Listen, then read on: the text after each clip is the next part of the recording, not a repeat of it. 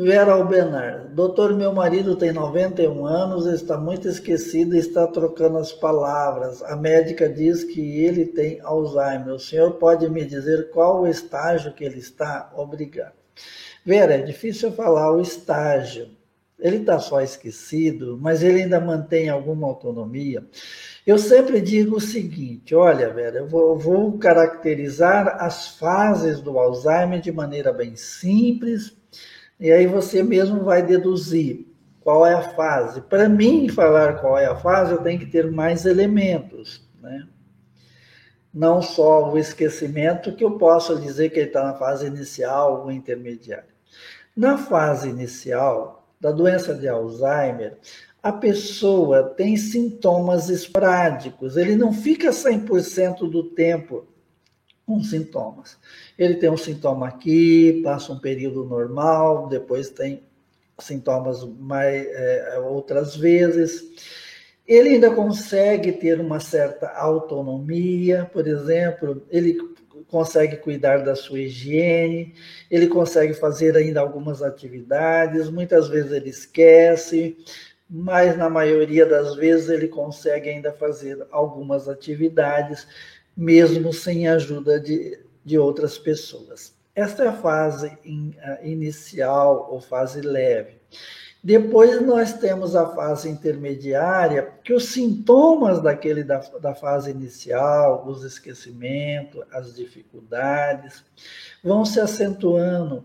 Começa também a aparecer ou exacerbar os sintomas neuropsiquiátricos, como alucinações, delírio, agitações.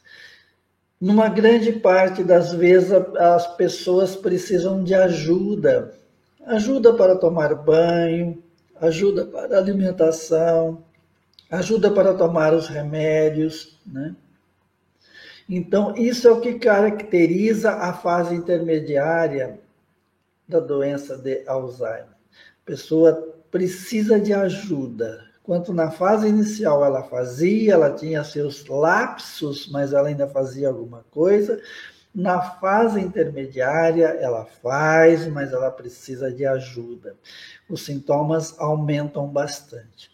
Já na fase avançada da doença de Alzheimer, a pessoa já não consegue mais fazer as suas AVDs, suas atividades de vida diária, né, principalmente aquelas atividades elementares, como alimentar sozinho, fazer a sua higiene, e já depende da mão das pessoas. É diferente da fase intermediária, que ela precisa de ajuda.